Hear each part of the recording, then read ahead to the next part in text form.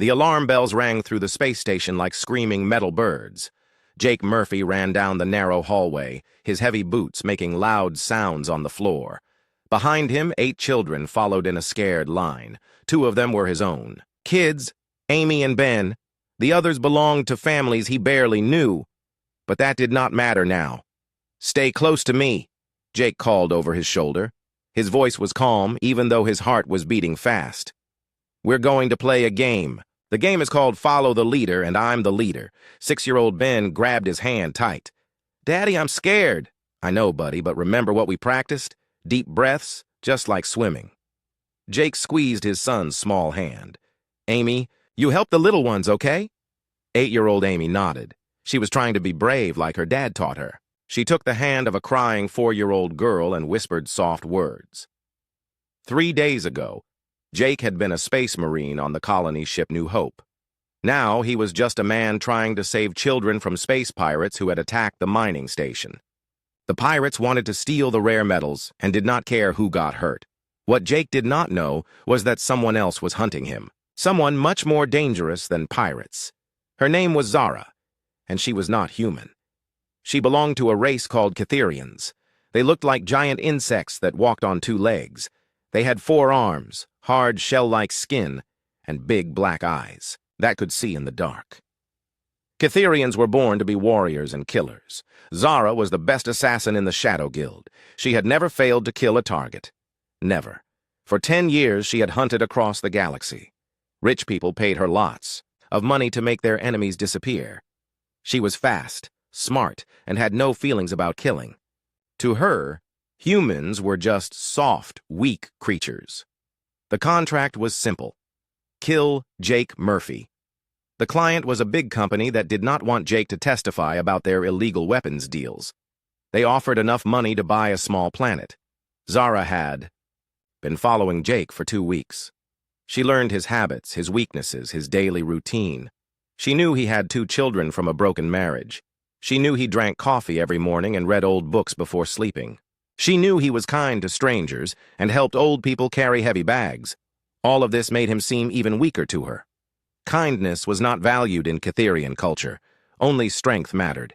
But now, watching Jake through her scope from across the station, something seemed different. The man was moving with purpose. He was not running away from danger. He was running toward the escape pods with children who were not even his own. Zara followed quietly. Her 4 arms moved without sound. Her black eyes tracked every movement. She could have killed Jake easily, from a distance, but she wanted to understand what he was doing first. Jake reached the escape pod bay. The heavy door was locked with an electronic system. Sparks flew from broken wires where the pirates had damaged it. "Mr. Murphy," said a small voice. It was Amy. "The door won't open." Jake looked at the broken panel. He could fix it, but it would take time. Time they might not have. Through the station windows, he could see pirate ships getting closer. "Daddy?" Ben's voice was very small. Jake knelt down so he was at eye level with all the children. "Listen to me, everyone. I need to fix this door. While I work, I want you all to stay very quiet and very still. Can you do that for me?" The children nodded. Even the scared 4-year-old stopped crying. Jake pulled off the broken panel and started working on the wires inside. His hands moved, fast but careful. He had done this kind of repair many times during the war. That was when Zara stepped out of the shadows. "Jake Murphy," she said in perfect English. Her voice sounded like metal scraping against stone. Jake did not stop working on the wires, but his body got tense. "Kids, remember the quiet game we talked about?" The children pressed against the wall, eyes wide with fear. Amy put her arms around Ben and the other little ones. "You are not surprised to see me," Zara said. She held a weapon that could cut through metal. "I knew someone was following me," Jake replied. His hands never stopped moving on the control panel. "Figured you'd show up eventually. I am here to kill you." I figured that too. Jake connected 2 more wires. The panel started to glow. "But I need about 30 minutes to get these kids to safety first." Zara's head tilted to one side like a confused bird. In all her years of killing, no target had ever made such a request. They usually begged for their own lives or tried to run away. You ask for time, you are about to die. Yeah, probably. Jake's voice stayed calm. But these kids don't need to die with me.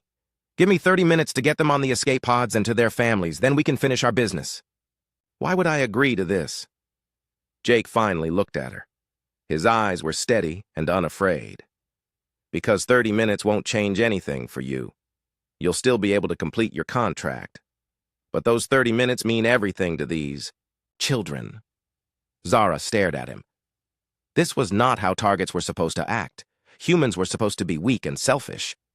They were supposed to beg and cry and offer money they did not have. You do not fear death, she observed. I'm terrified, Jake said honestly. But fear doesn't change what needs to be done. The escape pod door opened with a soft hiss. Jake turned to the children. Okay, everyone, time to go home. Zara watched as Jake helped each child into the pod. He made sure their safety belts were tight. He programmed the navigation system to take them to the nearest safe station. He gave each child a small emergency kit with food and water. When Ben started to cry, Jake knelt down and hugged him tight. Be brave for me, okay? Take care of your sister. I don't want to leave you, Daddy. I know, buddy. But Amy needs you. To be strong right now. Can you do that for me? Ben nodded through his tears. Jake kissed Amy on the forehead. You're the smartest kid I know. Watch out for everyone, okay?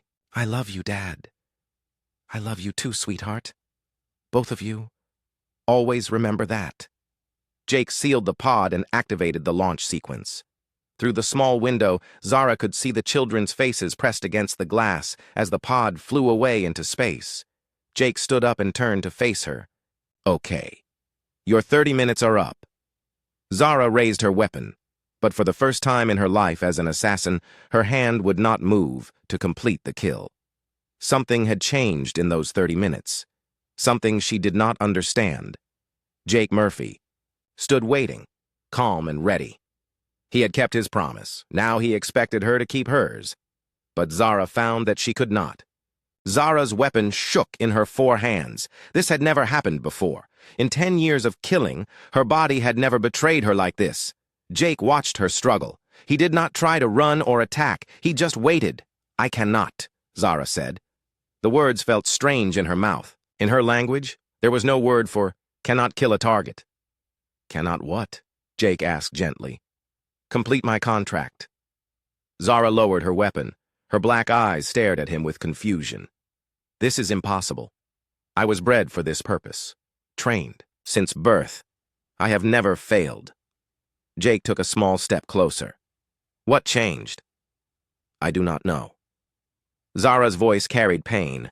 In Catherian culture, failure meant death or exile.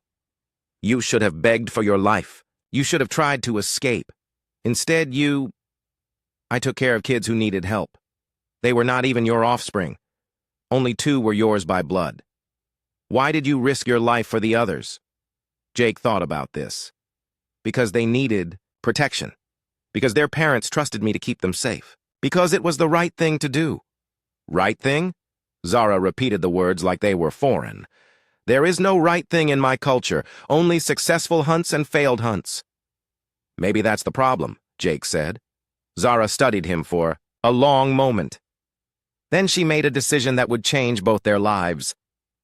I will not kill you today, she announced. But my contract remains active. I must understand why I failed before I can complete it or void it. Jake nodded slowly.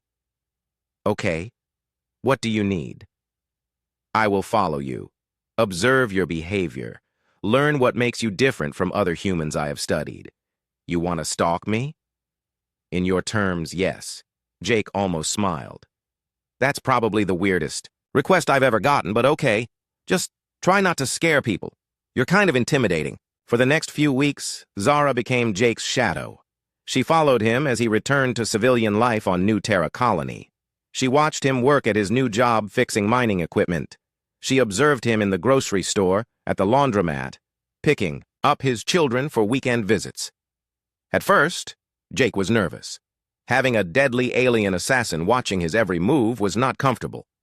But slowly, he began to understand that Zara was not just observing him. She was trying to learn something about humanity that her training had never taught her. Zara, meanwhile, was discovering things that confused her deeply.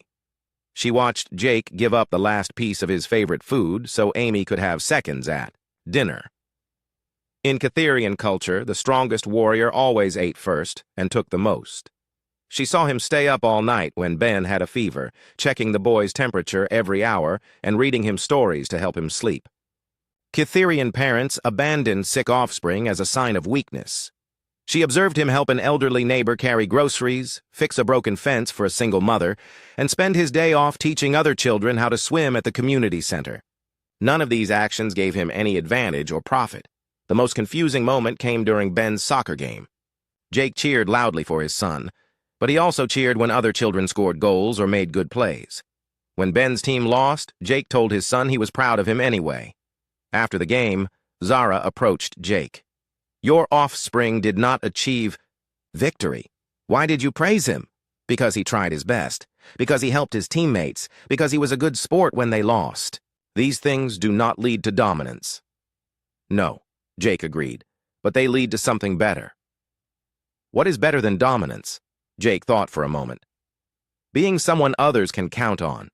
Being someone who makes the world a little bit better just by being in it." Zara's head tilted in that bird-like way again. "I do not understand." "I know. But you're trying to understand. That's what makes you different from other Catherians." As days passed, Zara found herself doing small things to help Jake without being asked. She left Catherian food that he could safely eat outside his apartment door. She used her advanced technology to fix his broken car. She scared away some criminals who were planning to rob the neighborhood. Jake noticed these gestures. "Thank you," he said after she fixed his car. "I was not helping you," Zara protested. "I was maintaining my target in good condition." But they both knew that was not true. The turning point came when Amy got sick. Jake had the children for the weekend, and Amy woke up Saturday morning with a high fever and trouble breathing. Jake rushed her to the hospital, carrying Ben with him because he had no one else to watch him. Zara followed, staying hidden. She watched Jake pace the hospital waiting room while doctors examined Amy. Ben fell asleep in a chair, and Jake covered him with his own jacket, even though the hospital was cold. For 6 hours, Jake waited. He did not eat. He did not rest. He just waited and worried about his daughter. When a doctor finally came out, Jake stood up so fast he almost fell over. "She's going to be okay," the doctor said. "It's just a bad infection. We'll keep her overnight for observation, but she should be fine." Jake's knees nearly gave out from relief. "Can I see her?" "Of course, but try to let her rest." Zara watched through the hospital room window as Jake sat beside Amy's bed. He held her small hand and whispered to her about all the fun things they would do when she felt better. Amy was mostly asleep from the medicine, but she smiled when she heard his voice. Ben woke up and climbed into the chair beside his father. "Is Amy going to be okay, Daddy?" "Yes, she is. Thanks to the doctors and nurses who took such good care of her, and thanks to you for bringing her here so fast." Jake hugged his son. "That's what dads do. We take care of the people we love." Zara stepped back from the window. Something was happening inside her that she did not recognize. It felt like her chest was too tight, like she could not breathe properly. She had watched Jake sacrifice his own comfort, his own needs, his own safety, for his children. But more than that, she had watched him extend that same care to other people's children, to strangers, to anyone who needed help. This was not weakness. This was something else entirely. That night, Zara made a decision that would make her an outcast from her own species. She sent a message to Commander Vex, her handler in the Shadow Guild. "Contract void," she typed in Catherian symbols. "Target under personal protection." The response came back immediately. "Impossible. Explain." Zara stared at the screen for a long time before typing her reply. "Human target displays characteristics unknown in previous studies. Requires further investigation, extending observation period indefinitely. Unacceptable. Complete contract or face termination." Zara deleted the message without responding. She had made her choice. She found Jake in the hospital cafeteria at 3 in the morning, drinking terrible coffee and staring at nothing. Amy is sleeping peacefully, Zara said, sitting down across from him. Jake looked up, not really surprised to see her. You've been watching the whole time? Yes. Why didn't you just complete your contract when I was distracted and vulnerable? Zara considered this question seriously. Because you were protecting your offspring. To interrupt that would be wrong. Jake stared at her. It was the first time he had heard her use a moral judgment. I voided my contract tonight, Zara continued. My people will now hunt me as a traitor. Why would you do that? Because I finally understand what I was watching. You are not weak, Jake Murphy. Your species is not weak. You have a different kind of strength. A strength my people have never developed. What kind of strength? Zara's black eyes met his. The strength to care about others more than yourself. The strength to sacrifice for those who cannot protect themselves. The strength to build bonds that cannot be broken by fear or profit or pain. Jake nodded slowly. That's a pretty good definition of love. Love, Zara repeated the word carefully. Is this what humans call it?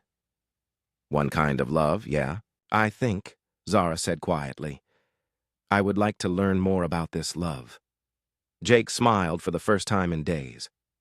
Well, you're welcome to stick around and find out. Fair warning, though, it's going to be a lot more complicated than assassination. Contracts. I am beginning to realize that, Zara replied. But perhaps complicated is better than simple. Outside the hospital window, the sun was starting to rise over New Terra Colony. Inside, a former assassin and her former target began to plan a very different kind of future together. Living with Zara was like having a very large, very dangerous pet that did not understand house rules. Jake learned this the first morning she stayed in his apartment. He woke up to find her standing perfectly still in his living room, staring at the door. Zara, what are you doing? Guarding the entrance. This position provides optimal sight lines and quick response time to threats. Jake rubbed his eyes. It's 6 in the morning. The only threat right now is me not having coffee. Coffee, Zara repeated. The dark liquid you consume each morning. I have analyzed its chemical composition. It appears to be mildly toxic. Yeah, that's why it works. Jake shuffled to the kitchen. You don't have to guard the door. We have locks. Locks can be broken. True, but most people don't break into apartments at dawn to attack guys who fix mining equipment. Zara followed him to the kitchen, moving with the silent grace of a predator. Most people are not targets of assassination contracts. Jake paused while making his coffee. Right. I keep forgetting about that part. You should not forget. My people will send others now that I have failed. How long do we have? Unknown. Commander Vex will first try to understand why I voided the contract. This may buy us time. Jake poured his coffee and offered a cup to Zara. She sniffed it suspiciously. Is this a gesture of friendship? It's a gesture of, I don't function without caffeine, and you might as well try human customs. Zara took the cup with 2 of her 4 hands. She sipped carefully, then made a face that somehow managed to be expressive despite her insect-like features. This tastes like burnt plant matter mixed with bitter chemicals. Now you're getting it. Over the following weeks, Zara's attempts to adapt to human life provided constant challenges. She did not understand privacy, so she followed Jake into the bathroom until he explained that humans needed alone time for certain activities. She tried to help with grocery shopping by lifting entire shelves of food, not understanding that humans had to pay for individual items. The biggest problem came when Jake's ex-wife, Lisa, called. I want to see Amy and Ben this weekend, Lisa said. Over the phone. Sure, that's fine. I'll drop them off Saturday morning. Actually, I was thinking they could stay with me for a while. Maybe a month or 2? Jake's grip tightened on the phone. Lisa, we have a custody agreement. I know, but I'm worried about their safety. I heard there was some kind of incident on that mining station, pirates or something. They're fine. They're safe. Are they, Jake? Because I also heard rumors about you being involved with some kind of alien. Jake looked across the room where Zara was trying to figure out how his television worked. She had taken it apart and was studying the components with intense concentration. It's complicated, Jake said. Complicated how? Jake, if you're putting our children in danger, I'm not. I would never put Amy and Ben at risk. Then explain to me what's going on. Jake sighed. How could he explain that a deadly alien assassin had decided to protect them instead of killing him? How could he tell Lisa that Zara was actually making their lives safer, not more dangerous? I can't right now, but I promise you, the kids are safe. That's not good enough, Jake. I'm coming to get them. The line went dead. Jake stared at the phone, then looked at Zara. Problem? She asked without looking up from the television. My ex-wife wants to take the kids away. She thinks you're dangerous. Zara's head snapped up. She wishes to remove Amy and Ben from your protection? From our protection? Yeah. Zara stood slowly. All four of her arms moved into a combat stance. This will not be permitted. Whoa, hold on. Jake raised his hands. She's not an enemy. She's their mother. She's just scared. She threatens to separate the family unit. In my culture, this would be an act of war. Well, in human culture, it's called divorce court. And we don't solve it with violence. Zara tilted her head. How do you solve it? Usually with lawyers and lots of arguing. This seems inefficient. Jake almost smiled. Yeah, it really is.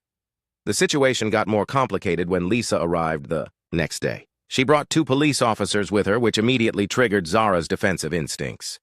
Jake opened the door to find his ex-wife standing behind 2 nervous-looking cops. Ma'am, we're here to do a welfare check on the children. One officer said. They're fine. They're at school. We'd like to see inside the residence, if that's okay. Jake stepped aside. Sure, come in. The officers entered cautiously. They had clearly been briefed about possible alien presence. Their hands stayed near their weapons. That was when Zara emerged from the kitchen. Both cops immediately drew their guns. Nobody move! Zara froze, but Jake could see her muscles tense. Her combat training was telling her to neutralize the threats. Easy, everyone, Jake said calmly. Zara, these are police officers. They're here to make sure Amy and Ben are safe. Officers, this is Zara. She's a friend. Living with Zara was like having a very large, very dangerous pet that did not understand house rules. Jake learned this the first morning she stayed in his apartment. He woke up to find her standing perfectly still in his living room, staring at the door. Zara, what are you doing? Guarding the entrance. This position provides optimal sight lines and quick response time to threats. Jake rubbed his eyes. It's 6 in the morning. The only threat right now is me not having coffee. Coffee, Zara repeated. The dark liquid you consume each morning. I have analyzed its chemical composition.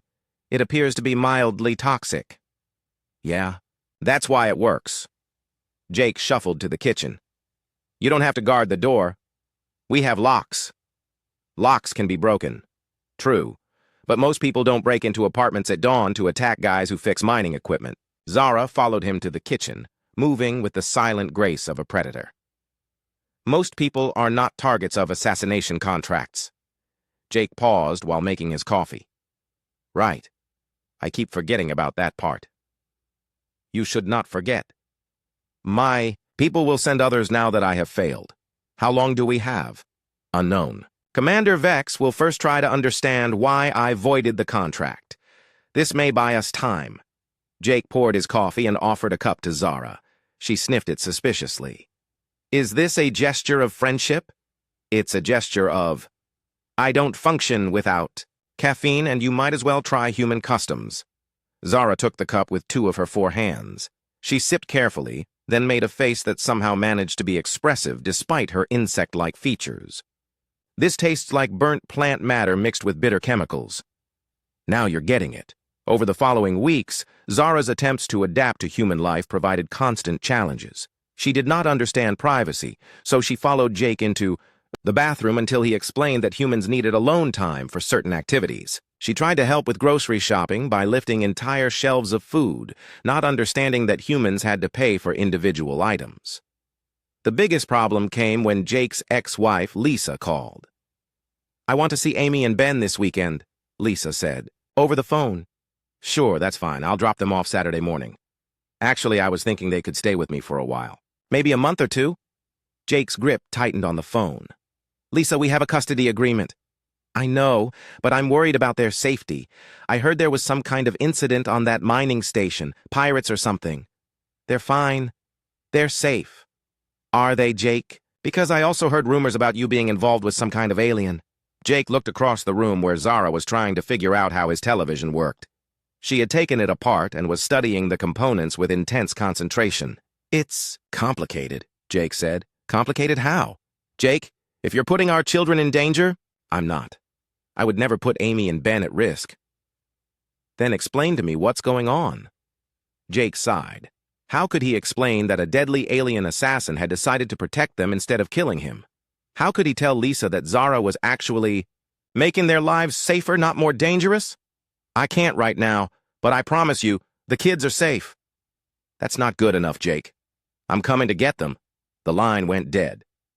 Jake stared at the phone, then looked at Zara. Problem? She asked without looking up from the television. My ex-wife wants to take the kids away. She thinks you're dangerous. Zara's head snapped up. She wishes to remove Amy and Ben from your protection? From our protection? Yeah. Zara stood slowly. All four of her arms moved into a combat stance. This will not be permitted. Whoa, hold on. Jake raised his hands. She's not an enemy. She's their mother. She's just scared. She threatens to separate the family unit. In my culture, this would be an act of war. Well, in human culture, it's called divorce court. And we don't solve it with violence. Zara tilted her head. How do you solve it? Usually with lawyers and lots of arguing. This seems inefficient. Jake almost smiled. Yeah, it really is. The situation got more complicated when Lisa arrived the next day. She brought 2 police officers with her, which immediately triggered Zara's defensive instincts. Jake opened the door to find his ex-wife standing behind 2 nervous-looking cops. Ma'am, we're here to do a welfare check on the children. One officer said. They're fine. They're at school. We'd like to see inside the residence, if that's okay. Jake stepped aside. Sure, come in. The officers entered cautiously. They had clearly been briefed about possible alien presence. Their hands stayed near their weapons. That was when Zara emerged from the kitchen. Both cops immediately drew their guns. Nobody move! Zara froze, but Jake could see her muscles tense. Her combat training was telling her to neutralize the threats. Easy, everyone, Jake said calmly. Zara, these are police officers. They're here to make sure Amy and Ben are safe. Officers, this is Zara. She's a friend I've chosen. Lisa did not understand Cytherian customs, but she understood the weight of that promise. Okay, she said finally. But I want to visit more often. I want to get to know Zara. Ben grinned. Can you teach Mom the knot thing too? If she wishes to learn, Zara replied gravely. As Lisa prepared to leave, she pulled Jake aside. Are you happy? She asked. Jake thought about it. Yeah, I think I am. Good. You deserve to be happy. She glanced at Zara. She really cares about them, doesn't she? More than I think even she understands yet. Lisa nodded. Then I guess she's not so different from any other parent. No, Jake agreed. She's really not. That night after Amy and Ben were asleep, Zara found Jake on the balcony looking at the stars. Thank you, she said. For what? For defending me to Lisa. For calling me family. For teaching me that protection and care can be the same thing. Jake smiled. Thank you for choosing us. I did not choose you, Zara said. You chose me first when you asked for those 30 minutes. Everything after that was just me learning to choose you back. Above them, the stars shone down on a small family that had grown in ways none of them could have predicted. And somewhere in space, Commander Vex was beginning to understand that his best assassin had discovered something more powerful than any weapon. She had discovered love. The message came at dawn, written in symbols that glowed red on Jake's computer screen. Zara read it with growing tension in her 4 shoulders. What does it say? Jake asked, setting down his coffee. Commander Vex arrives today. He brings a death squad. How many? 5 warriors. All trained killers. Zara's black eyes met his. They come not just for you now, Jake. They come for me as well. Jake nodded slowly. They had known this day would come. What's the plan? You and the children must Leave. Go far away. I will face them alone. No. Jake, you do not understand. These are not pirates or common criminals. These are Shadow Guild assassins. They will not hesitate. They will not negotiate. Then we face them together. Zara stood quickly, all four arms moving in agitation. You cannot fight Cytherians. You will die. Maybe. But I won't run and leave you to face them alone. Jake's voice was calm but firm. We're family, remember? Family sticks together. This is not your fight. Yes, it is. The moment you chose to protect us, it became our fight too. Zara stared at him, frustrated by his stubbornness. In her world, the logical thing was for the weak to flee while the strong fought. But she was beginning to understand that humans had a different definition of strength. The children, she said finally. Amy and Ben go to Lisa's house until this is over. I've already called her. And Dr. Cole? Dr. Nathan Cole was Jake's best friend, and the colony's leading expert on alien biology. He had been studying Zara's species and developing ways to help her adapt to human life. He'll be here in an hour with everything he's learned about Cytherian weaknesses. Zara's head tilted. You have planned for this. I've been planning for this since the day you voided your contract. Jake moved to a cabinet and pulled out several weapons. I'm not as helpless as I look. You are not helpless, Zara agreed. But you are still human. Yeah. And that's exactly why we're going to win. 2 hours later, Amy and Ben were safely at their mother's house across town. Dr. Cole had arrived with a case full of equipment and several theories about Cytherian biology. The house had been prepared as well as possible for the coming battle. They will likely attack at nightfall, Zara explained, studying the streets outside through the window. Cytherians prefer darkness. Our eyes see better in low light. What? About their approach? Dr. Cole asked. Will they come together or split up? Commander Vex will direct from a distance. 2 warriors will attack the front. 2 will come from behind. 1 will position on high ground for ranged attacks. Jake nodded. Standard assault pattern. We can work with that. The waiting was the hardest part. Jake cleaned his weapons and checked their defenses. Dr. Cole set up monitoring equipment to track the approaching Cytherians. Zara meditated in the way her people had taught her, preparing her mind for battle. But as evening approached, something unexpected happened. Amy came running through the front door, followed by a frantic Lisa. Amy, get back here, Lisa called. Amy, what are you doing here? Jake demanded. I came to help fight the bad aliens, Amy announced with 8-year-old determination. Absolutely not. You're going back to your mother's right now. No! Amy crossed her arms stubbornly. Zara is family. Family protects family. You taught me that. Ben appeared in the doorway, breathing hard from running. I came too. We made weapons. He held up what looked like a kitchen pot with several spoons taped to the sides. That's not a weapon, buddy. That's kitchen equipment. It's a spoon launcher. Amy helped me make it. Despite the danger, Jake almost smiled. Kids, I know you want to help, but this is too dangerous. More dangerous than when we were on the space station with the pirates? Amy asked. Jake paused. She had a point. This is different. These aliens are specifically trying to hurt us. Then we need to stick together, Amy said firmly. All of us. Lisa arrived, out of breath and looking scared. I'm sorry, Jake. They ran off before I could stop them. Mom tried to lock us in. Our room, Ben explained. But Amy knows how to pick locks now. Everyone looked at Amy, who shrugged. Zara taught me. She said it was a useful skill. Zara, who had been quiet during this exchange, suddenly spoke. They are here. Through the windows, shadows moved in the growing darkness. 5 shapes, moving with the fluid grace of predators, approached the house from different directions. Lisa, take the kids to the back room, Jake ordered. Lock the door and stay down. I'm not leaving you to fight this alone, Lisa said. Lisa, please. No, Jake, these things want to hurt my children too now. I'm staying. Amy and Ben had moved to stand beside Zara, who was checking her weapons one final time. We're not leaving either, Amy announced. Kids, this is not a game. We know, Ben said seriously, but we're not scared. We're with you and Zara. Jake looked around at his ex-wife, his children, and the alien warrior who had become their protector. This was not how he had planned to fight this battle. Okay, he said finally, but everyone stays behind cover. And if I tell you to run, you run. No arguments. The first attack came through the front windows. 2 Catherian warriors crashed through. The glass, moving faster than human eyes could follow, but Zara was faster. She met them head-on, her 4 arms working in perfect coordination to block and counter their attacks. Jake opened fire from his position behind the couch, forcing one attacker to seek cover. Dr. Cole activated a device that emitted high-frequency sounds painful to Catherian hearing. The rear attack came seconds later.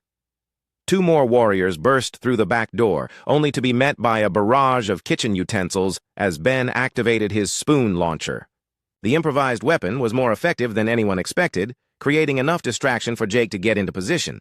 But the real surprise came when Lisa grabbed a frying pan and hit one of the attackers over the head with it. "That's for scaring my children!" she shouted. The Catherian, stunned by the unexpected attack, stumbled backward into Dr. Cole's sonic device. The combination of the blow and the high-frequency sound sent him crashing to the floor. "Mom, that was awesome!" Amy cheered. The 5th warrior, positioned as a sniper, began firing through the windows. But Amy had spotted him first. "Zara!" "Up! High! Across the street!" Zara spun and threw one of her weapons with perfect accuracy. The sniper tumbled from his perch. The battle was chaotic but brief. Within minutes, 3 of the attackers were unconscious. 1 was fleeing with a spoon stuck in his armor, and the 5th was surrendering. Commander Vex himself appeared in the doorway, studying the scene with interest rather than alarm. "Fascinating," he said in heavily accented English. 5 warriors defeated by a mixed group of humans and 1 rogue Catherian. "Your warriors underestimated us," Jake said, keeping his weapon trained on Vex. "Indeed. But I did not." Vex stepped into the room, his own weapons holstered. "I came not to fight, but to observe." "Observe what?" Zara demanded. "The phenomenon that has changed our most successful assassin into a protector of humans." Vex's black eyes studied each person in the room. Jake, standing ready to defend his family. Lisa, still clutching her frying pan like a weapon. Amy and Ben, staying close to Zara but unafraid. Dr. Cole, surrounded by his equipment and theories. "You have created bonds," Vex observed, "not just between Zara and Jake, but between all of you. The human female who is no longer Jake's mate still fights beside him. The offspring protect the pack even when they could flee to safety. That's what families do," Amy said simply. Vex tilted his head in the gesture Zara had learned from him. "Family? Yes, I begin to understand." "Understand what?" Jake asked. "Why Zara could not complete her contract. You have shown her something that does not exist in Catherian society." "What's that?" "Love that is stronger than logic. Bonds that cannot be broken by fear or profit or pain." Vex looked at Zara. "You have become something new, haven't you? Neither fully Catherian nor human, but something else." "I have become myself," Zara replied. Vex nodded slowly. "And in becoming yourself, you have shown us that strength comes in many forms." "Does this mean you're calling off the assassination?" Dr. Cole asked hopefully. "The original contract is void," Vex announced. "Jake Murphy is no longer a target." "What? About Zara?" "Zara has discovered something valuable. Something the Shadow Guild wishes to study further." "I'm not going back," Zara said firmly. "I would not ask you to. Instead, I offer you a new contract. Cultural ambassador between our species and humans. You would help us understand what we have observed here tonight." Jake looked at Zara. "It's your choice." Zara considered the offer. It would allow her to keep her honor while staying with her chosen family. It would also help prevent future conflicts between humans and Catherians. "I accept," she said, "but I have conditions."